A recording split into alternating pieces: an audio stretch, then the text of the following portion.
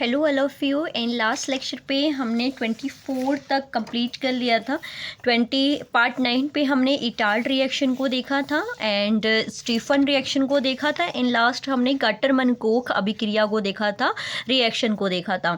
आज जो हमारे पास रहेंगे वो दो मोस्ट इंपॉर्टेंट रिएक्शन रहेंगे 25 एंड 26। एक है एल्डोर्ड संघनन और एक है कैनिज़ारो अभिक्रिया। तो दोनों में थोड़ा सा ना मैं आपको डिफरेंस बता देती हूँ कि दोनों में जो मेन डिफरेंस है, जो हमारे पास एल्डोल है, एल्डोल जो है, और दूसरा हमारे पास कैनिज़ारो है। ठीक है, कैनिज़ारो। तो जो एल्डोल और कैनिज़ारो की अगर मैं बात करूं तो इसमें जो मेन डिफरेंस है, इसमें क्या होता है, आपके अल्फा हाइड्रोजन्स प्रेजेंट होते हैं एंड कैनिज़ारो में अल्फा हाइड्रोजन्स प्रेजेंट नहीं होते हैं। अब अल्फा हाइड्रोजन्स क्या हैं, जैसे CH3 CH2 CH2 CHO, जैसे ये है हमारे पास एक एल्डिहाइड, क्योंकि एल्डिहाइड चैप्टर की ये, तो ये जो ग्रुप है, ग्रुप की कार्बन को छोड़कर जो फर्स्ट कार्बन होता है उसको हम अल्फा कहते हैं, alpha carbon, then beta carbon, then gamma carbon.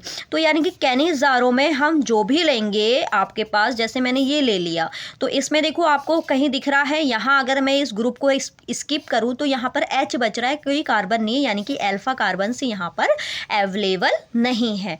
तो वही हम कहते हैं कि एल्डोल में अल्फा हाइड्रोजन्स आपके होंगे और कैनिज़ारो में होंगे अल्फा हाइड्रोजन्स आपके प्रेजेंट नहीं होंगे।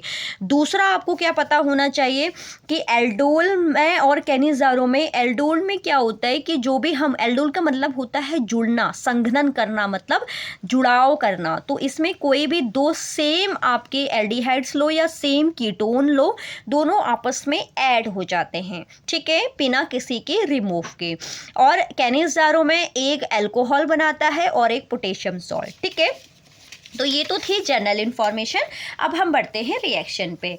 तो रिएक्शन क्या है आपकी 25 नंबर की, एल्डोल संघनन। इसमें क्या कहा गया है कि एल्डिहाइड और कीटोन का कम से कम एक अल्फा हाइड्रोजन परमाणु तनुछार, जैसे आपके पास सोडियम हाइड्रोक्साइड, सोडियम कार्बोनेट या बेरिलियम हाइड्रोक्साइड उपस्थिति में एल्डोल संघनन में भाग लेते हैं। इसके बाद हम ये देखते हैं कि ये बीटा हाइड्रोक्सी एल्डिहाइड या बीटा हाइड्रोक्सी कीटोन का फॉर्मेशन करते हैं। तो अगर मैं एल्डोल को देखूं तो एल्डोल में हमारे पास क्या होगा, मैंने दो आपके सेम ले लेती हूँ। कौन सा ले लिया मैंने यहाँ पर, एथेनल। तो एथेनल का फॉर्मूला होता है CH3 CHO, तो इसको मैंने कुछ इस तरीके से डिनोट किया, CH3 CHO, ठीक है। प्लस सेम यही लेंगे हम, CH3 C double bond O, और ये हो गया H, क्योंकि सेम लिए जाते हैं। तो यहाँ से जब हम इसकी रिएक्शन कराएंगे तो OH माइनस आयन हमें गेन होना स्टार्ट होंगे। तो हम क्या करेंगे, देखो ये जो यहाँ पर का H है, ये इस O के साथ रिएक्शन कर लेगा और दोनों ऐड हो जाएंगे। तो CH3 CH, ठीक है, इसको मैं क्या लिख सकती हूँ, CH2 और H।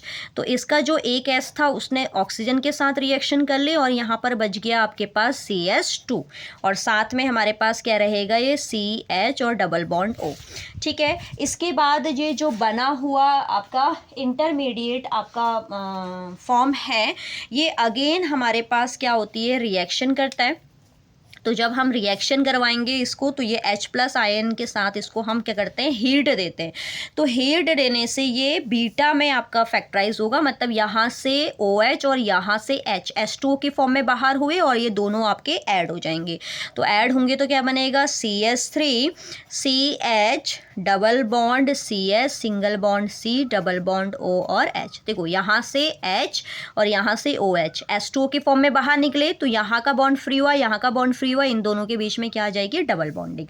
तो हमारे पास ये क्या बन जाएगा, आपको पता है ये अल्फा हो गया, ये बीटा, मतलब बीटा हाइड्रोक्सी एल्डिहाइड या बीटा हाइड्रोक्सी कीटो आपका फॉर्मेशन होगा। तो आई होप आपको एल्डोल संघनन समझ में आया होगा। पहले हमने डायरेक्टली दोनों को आपका ऐड कर देना है, ऐड करने के बाद वाटर के मॉलिक्यूल्स को रिमूव कर देंगे। तो जब यहाँ से OH और यहाँ से H रिमूव होगा तो यहाँ भी CH बच गया, यहाँ भी CH, और दोनों के एक एक बॉन्ड फ्री हुए हैं, तो यहाँ पर हमारे पास डबल बॉन्ड आएगा और आगे और पीछे वाले को एज इट इज मैंने उतार दिया। क्लियर है। अब बढ़ते हैं कैनिज़ारो अभिक्रिया की ओर। कैनिज़ारो अभिक्रिया देखो हम 26 नंबर की आपकी नेमिंग रिएक्शन में पहुंच चुके हैं, ठीक है। तो 26 नंबर की रिएक्शन जो है कैनिज़ारो रिएक्शन, कैनिज़ारो अभिक्रिया, इसमें मैंने अभी आपको बताया, एक नोट करके आपको याद रखना है कि इसमें अल्फ़ा हाइड्रोजन्स प्रेजेंट नहीं होंगे।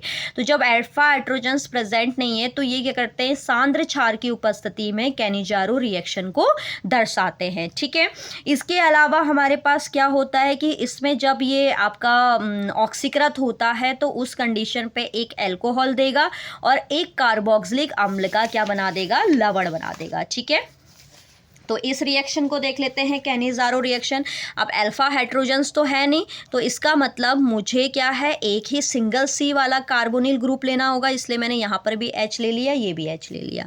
अब इसके हमने 2 मॉलिक्यूल्स ले लिए कार्बोनिल के, तो ये हो गया हमारे पास क्या है, ये मैथिनल और एक दूसरा मैथिनल। जब हम इसकी कंसंट्रेशन KOH या NaOH के साथ रिएक्शन कराएंगे तो उस कैटेगरी में हमारे पास क्या आ जाएगा, उस कैटेगरी में एक तो अल्कोहल में आपका रिमूव हो जाएगा, यानी कि ये हमारे पास H और एक H और ये OH, ये बन गया CH3OH, यानी कि एक बन जाएगा अल्कोहल और एक हमारे पास क्या बनाएगा, पोटेशियम फॉर्मेट या पोटेशियम सॉल्ट की फॉर्म में ब्रेक हो जाएगा। देन के ये क्या है हमारे पास, पोटेशियम फॉर्मेट। तो इस तरीके से कैनिज़ारो और एल्डोल में मेन जो डिफरेंस होता है, इनमें अल्फ़ा हाइड्रोजन्स प्रेजेंट नहीं होते हैं, जबकि एल्डोल में अल्फ़ा हाइड्रोजन प्रेजेंट होते हैं। तो इस बेस पे मैंने 2 मैथिनल लिए जिसको कंसंट्रेशन KOH की फॉर्म में आपका करवाई रिएक्शन। तो यहाँ पर हमारे पास क्या आ जाता है, एक अल्कोहल बनाता है, एक फॉर्मेट बनाता है। अगर मैं इसकी जगह पे NaOH लेती तो ये बनता HC डबल बॉन्ड O और यहाँ पर बन जाता Na, जो कि हो जाता सोडियम फॉर्मेट। ठीक है, तो आई होप आपको ये दोनों रिएक्शन, इंपॉर्टेंट रिएक्शन समझ में आई होगी, एल्डोल संघनन एंड कैनिज़ारो रिएक्शन। तो क्वेश्चन हमने यानी कि कंप्लीट कितनी कर ली है रिएक्शन, 26 रिएक्शन को कंप्लीट कर लिया है। देन नेक्स्ट वीडियो में हम 27 एंड 28 इंपॉर्टेंट रिएक्शन पे डिस्कस करेंगे।